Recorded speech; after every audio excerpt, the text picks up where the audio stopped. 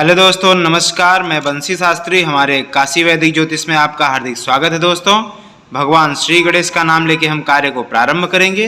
दोस्तों, आज हम जानेंगे कि जन्म राशि और जन्म नक्षत्र कौन कौन सा शुभ होता है। ठीक है दोस्तों, जैसे कोई व्यक्ति अगर अपने बच्चे की जन्म के लिए राशि और नक्षत्र दिखवाना चाहता है कि कौन सा शुभ होगा, उसके लिए हम जो है ये देख के कैसे पता लगा पाएंगे। तो दोस्तों, ये मैं इसलिए आपको बता रहा हूँ कि आज मुझे एक फ़ोन आया था और उसने कहा कि महाराज मुझे बता दीजिए कि मेरी पत्नी का जो है डिलीवरी होने वाला है, तो कौन सा समय अच्छा रहेगा, उचित रहेगा, वही मैं उसी समय में करवा लूँ।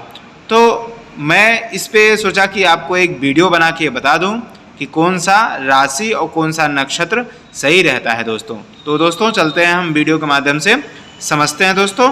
और हमारे वीडियो को अगर आपने लाइक और सब्सक्राइब नहीं किया है तो इसे सब्सक्राइब कर दीजिए और लेटेस्ट वीडियो आप तक जैसे पहुंचते रहें। ठीक है दोस्तों, चलते हैं, समय न लेते हुए कार्य को हम प्रारंभ करते हैं दोस्तों। तो दोस्तों, पहले हम लिखेंगे कि जन्म राशि कौन सा शुभ होता है। तो दोस्तों, यहाँ पे हम 1 नंबर और 2 नंबर लिख देते हैं। 2 राशियाँ ऐसी हैं जो बहुत ही अच्छी होती हैं। पहला जो है वो है वृष राशि, जिसे हम वृषभ भी बोलते हैं, और दूसरा है कर्क राशि। ठीक है दोस्तों, जो कि ये भी शुभ होता है। ठीक है दोस्तों, अब हम देखेंगे कि जन्म नक्षत्र कौन सा शुभ होता है। यहाँ पर हम लिख के बता देते हैं, जन्म नक्षत्र कौन सा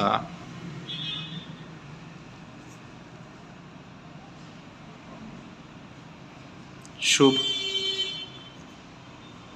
होता है। ठीक है दोस्तों, तो पहले की तरह हम जैसे यहाँ पर लिखे हैं 1 2, वैसे यहाँ पर भी लिख देंगे। इसमें भी 2 ही होता है, तो हालांकि होता और है, लेकिन बहुत बढ़िया जो है ये एक हो गया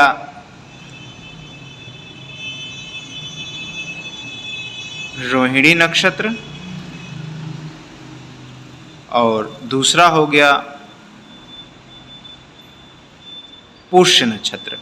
ठीक है दोस्तों, अब जैसे कि कभी कभी देखा गया है कि हमें डिलीवरी का टाइम डॉक्टर दे देता है कि आपको इस समय कराना है, तो हो सकता है कि दोनों मिल जाए और उसी समय आप थोड़ा सा आगे पीछे या फिर सेम टाइम में मिल जाए तो आप करवा सकते हैं।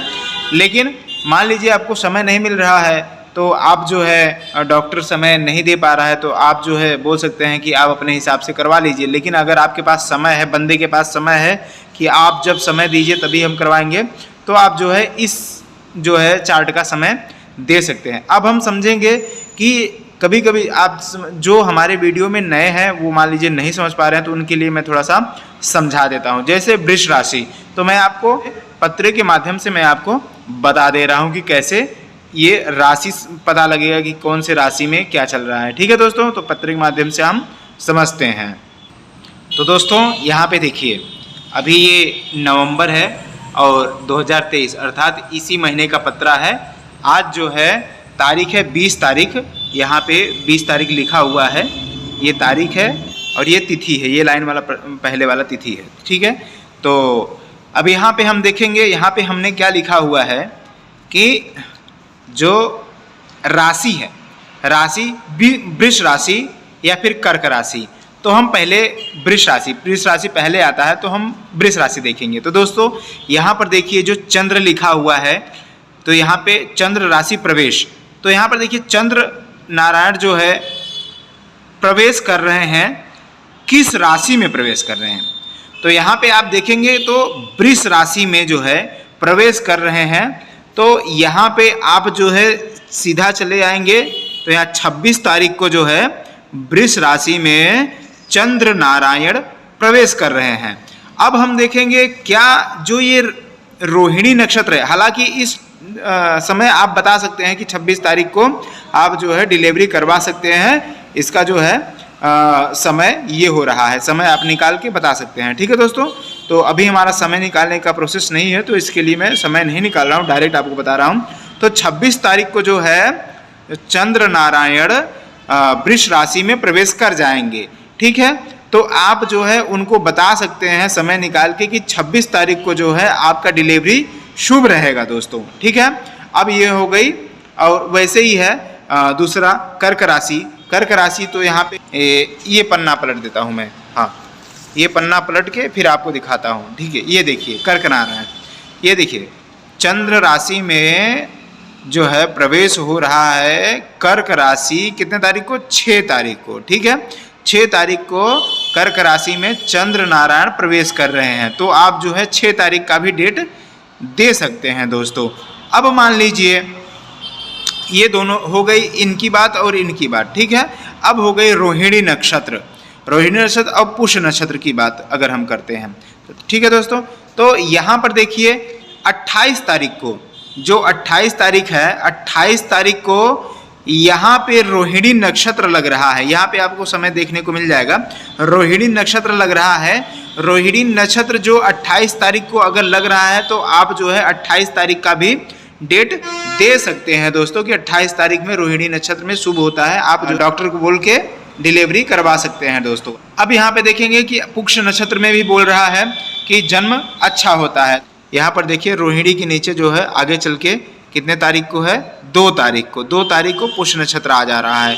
तो पुष्य नक्षत्र भी बढ़िया नक्षत्र है, इसमें भी हम डिलीवरी के लिए बोल सकते हैं दोस्तों। तो यहाँ पे हम पुष्य नक्षत्र के लिए बोल सकते हैं कि पुष्य नक्षत्र जो है शुभ होता है और 2 तारीख को लग रहा है। यहाँ पे डिलीवरी डॉक्टर को बोल के हम करवा सकते हैं। ठीक है दोस्तों, अब रही बात कि जो ये राशि है, अब रही बात ये राशि है और ये नक्षत्र है।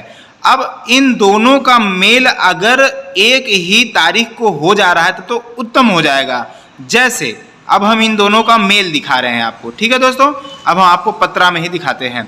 ये देखिए नवंबर है ना, यहाँ पर आप देखेंगे तो 28 नवंबर से 12 दिसंबर तक का ये पत्रा है। मतलब 28 नवंबर से 12 दिसंबर तक का पत्रा है और 2023 का ही है। ठीक है दोस्तों, तो हम यहाँ पे दोनों का मिलान देखते हैं कि दोनों जो है आपस में कहाँ और किस तारीख को मिल रहे हैं। ठीक है, जैसे कि किस तारीख को जो है चंद्र नारायण वृष राशि या फिर कर्क राशि में लग के रोहिणी नक्षत्र या फिर पुष्य नक्षत्र में तो प्रवेश किए हैं। ये मैं आपको इसी पत्रा में जो है दिखाने जा रहा हूँ। तो दोनों का आपसी संबंध जो है मिल रहा है। ठीक है दोस्तों, तो आप जो है यहाँ पर देख सकते हैं कि जो कर्क राशि है, कर्क राशि 1 तारीख को लग रहा है। चंद्र नारायण कर्क राशि में प्रवेश कर रहे हैं 1 तारीख को।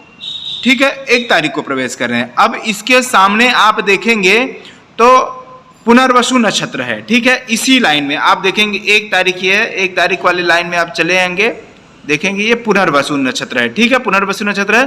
तो जो है 1 तारीख को तो पुनर्वसु नक्षत्र है, लेकिन यहाँ पर आप देखेंगे कर्क राशि जो है 1 दिन से दूसरे दिन भी है। मतलब कि 2 तारीख में भी कर्क राशि है। जो छूटा हुआ है समझ लीजिए उसमें भी कर्क राशि है, क्योंकि अगला राशि सिंह राशि लग रहा है वो तीसरे दिन लग रहा है। ठीक है, तो एक राशि करीब 2.5 दिन 2.25 दिन तक रहता है। तो कर्क राशि जो है लग के 1 तारीख से और 2 तारीख तक है। तो हम 2 तारीख में अगर चले जाएंगे तो यहाँ पे आप देखेंगे पुष्य नक्षत्र लगा हुआ है, जो कि मैंने आपको यहाँ पर वीडियो में बताया हुआ है। ठीक है, तो यहाँ पर कर्क राशि और पुष्य राशि जो है 2 तारीख को यहाँ पर आ रहा है। तो आप बता सकते हैं कि जो है 2 तारीख को दोनों राशि का आपसी मिलाप हो रहा है और प्रवेश भी है।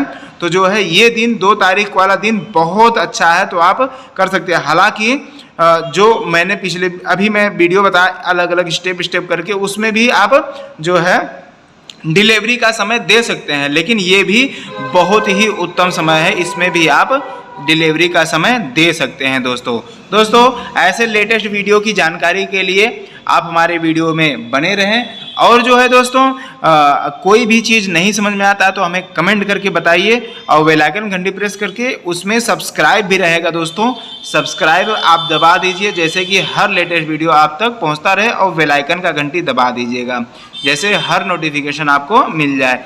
धन्यवाद, आपका दिन शुभ हो। राधे राधे।